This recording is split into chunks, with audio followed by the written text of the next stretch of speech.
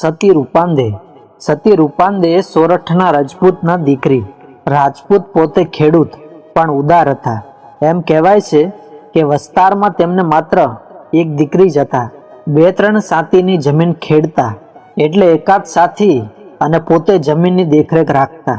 એકવાર મારવાડના રાઠોડ રાજ માલદે દ્વારકાની યાત્રાના બહાને ઘેરથી નીકળે છે અને ફરતા ફરતા સોરઠમાં આવે છે અને સતી રૂપાંદેને જુએ છે. માલદે સતી રૂપાંદેના ઘેર આવે છે. ઘેર પહોંચતા જ સાથેના સાથીદારો ઓળખાણ આપે છે. મારવાડના કુમાર પોતાના ઘેર આવ્યા જાણી રાજપૂત રાજી થાય છે. સ્વાગત કરી ઢોલણી પર બેસાડી નમ્ર ભાવે કહે છે કે ધન્ય ભાગ અમારા કે રાવળજી આજ અમારા ઘેર પધાર્યા. કહો, કોઈ કામ માટે પધારવાનું થયું છે? પણ માલદેને તો સતી રૂપાદેને જોયા હતા એટલે રૂપાદેનું માંગું નાખે છે. રાજપૂત બોલ્યા કે ક્યાં આપ અને ક્યાં હું? મારું ગજું શું? મારવાડની જાનને હું ના સાચવી શકું. કદાચ એ વાત જવા દઈએ, પણ રૂપાદે પરણવાની વાત નીકળે છે ત્યારે સાફ ના પાડે છે. એમ કહે છે કે પરણું તો મારા પ્રીતમને. તમારા રાજ દરબારમાં આવું પાલવ છે? કારણ રૂપાદે તો ગામના ધારવા ભગત જ્યારે રામસાગરના સથવારે ભજન ગાતા તો એના ભજનમાં એટલા તલ્લીન થતા કે એને એમ થતું કે ભજન સાંભળ્યા જ કરું. અને ક્યારેક એ ભજનમાં સૂર પણ પુરવતા. ધારવો ભગત ખંભે પછેડી નાખી અને હાથમાં રામસાગર લઈ અને ભજન ગાતો. તે કોઈની પાસે કાંઈ માગતો નહીં. જરૂર વિના કોઈની સાથે વાત પણ ના કરે.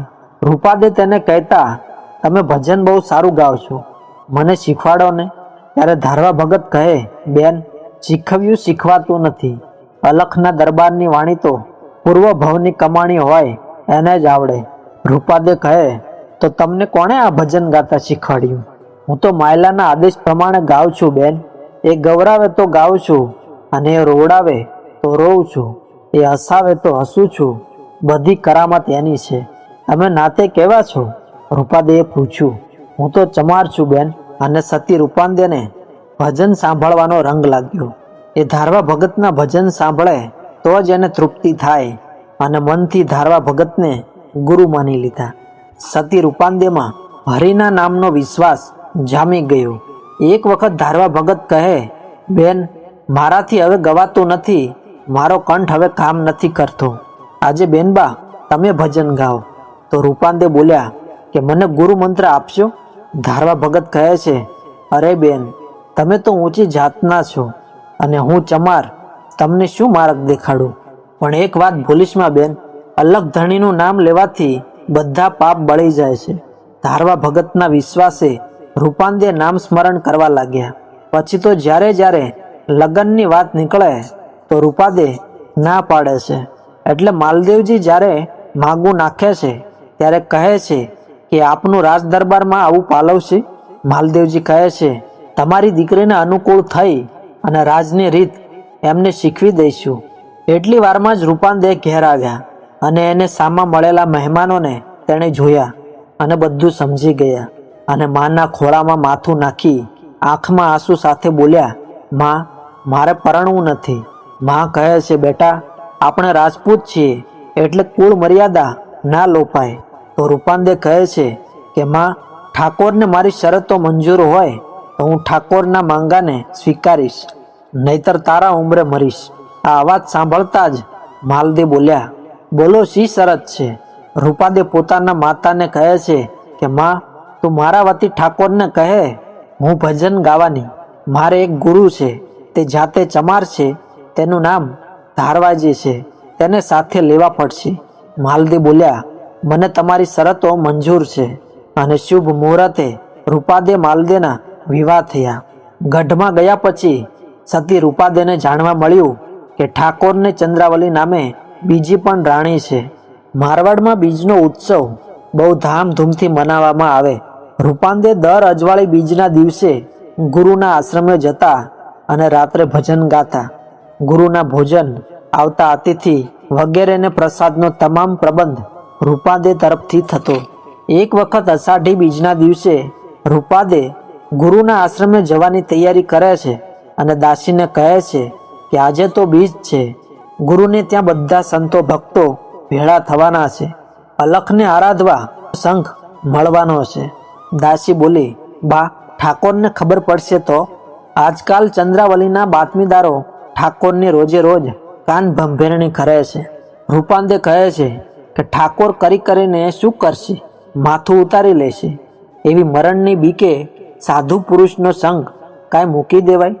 દેહનો ધણી દેહ વિના બીજું શું લઈ શકે? દાસી આ સાંભળીને આશ્ચર્યચકિત થઈ ગઈ. રૂપાંદે આટલી બધી નિર્ભયતા હશે એવી એને કલ્પના પણ ન હતી. મારી બેન અગમ પંથના ભેદ અગમપંથી જ જાણી શકે. આમ કહીને દાસીને ઓરડા સાચવવાનું કહી અને ગુરુ આશ્રમે જવા નીકળ્યા.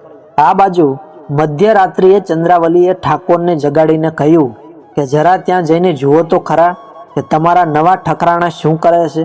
અને માલદેવજી આવેશમાં આવી ધારવાના આશ્રમે ગયા. બહાર રત્ન જડિત મોજડી જોઈને ખાતરી થઈ ગઈ કે રૂપાંદે અહીંયા જ છે.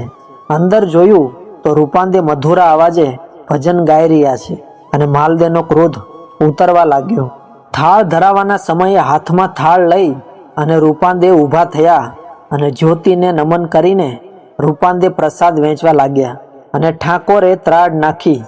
રૂપાંદે જરાય ગભરાયા વિના બોલ્યા, આવો ઠાકોર, પ્રસાદ લેવો છે? ઠાકોર અધીરા થઈને બોલ્યા, રૂપાંદે, થાળ દેખાડવો પડશે. રૂપાંદે બોલ્યા, હું તમને ઓળખતી નથી. તમારો અને અમારો ભાવ જુદો છે, માર્ગ જુદો છે.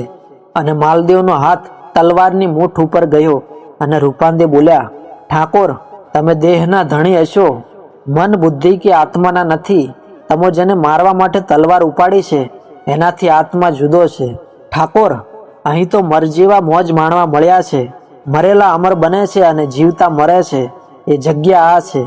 રૂપાંદે પાછા ફર્યા અને જ્યોતિ પાસે થાળ મૂક્યો. ગુરુએ કીધું કે બેટા, આજે ધણી થાળ નહીં જમે. જા દીકરી, નુગરા રાજાને જાતવાન કરીને આવ. પણ રૂપાંદે કહે, મારાથી એ કામ નહીં થાય.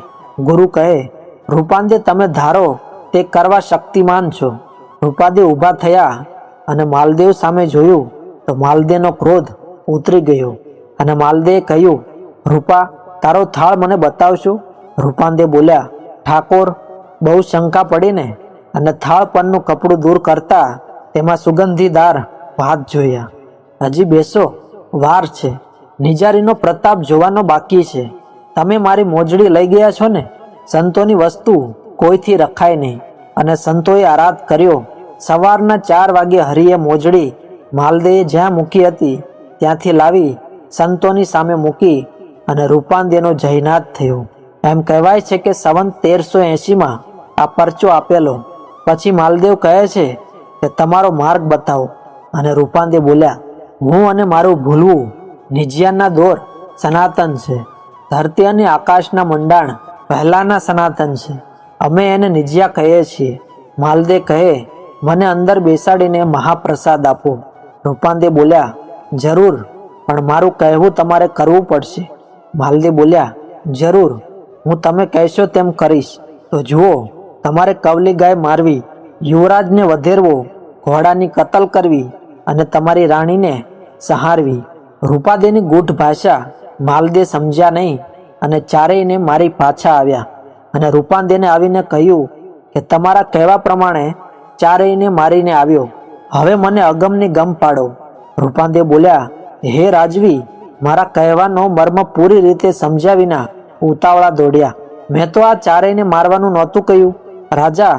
મેં તો ઉન્નત બનેલી બુદ્ધિ એટલે કે ગાય, મનરૂપ 2 લગામ ઘોડાને, અભિમાન રૂપ પુત્રને અને અવળી બનેલી ચિત્તવૃત્તિ રૂપી ચંદ્રાવલીને મારવાની સૂચના કરી હતી.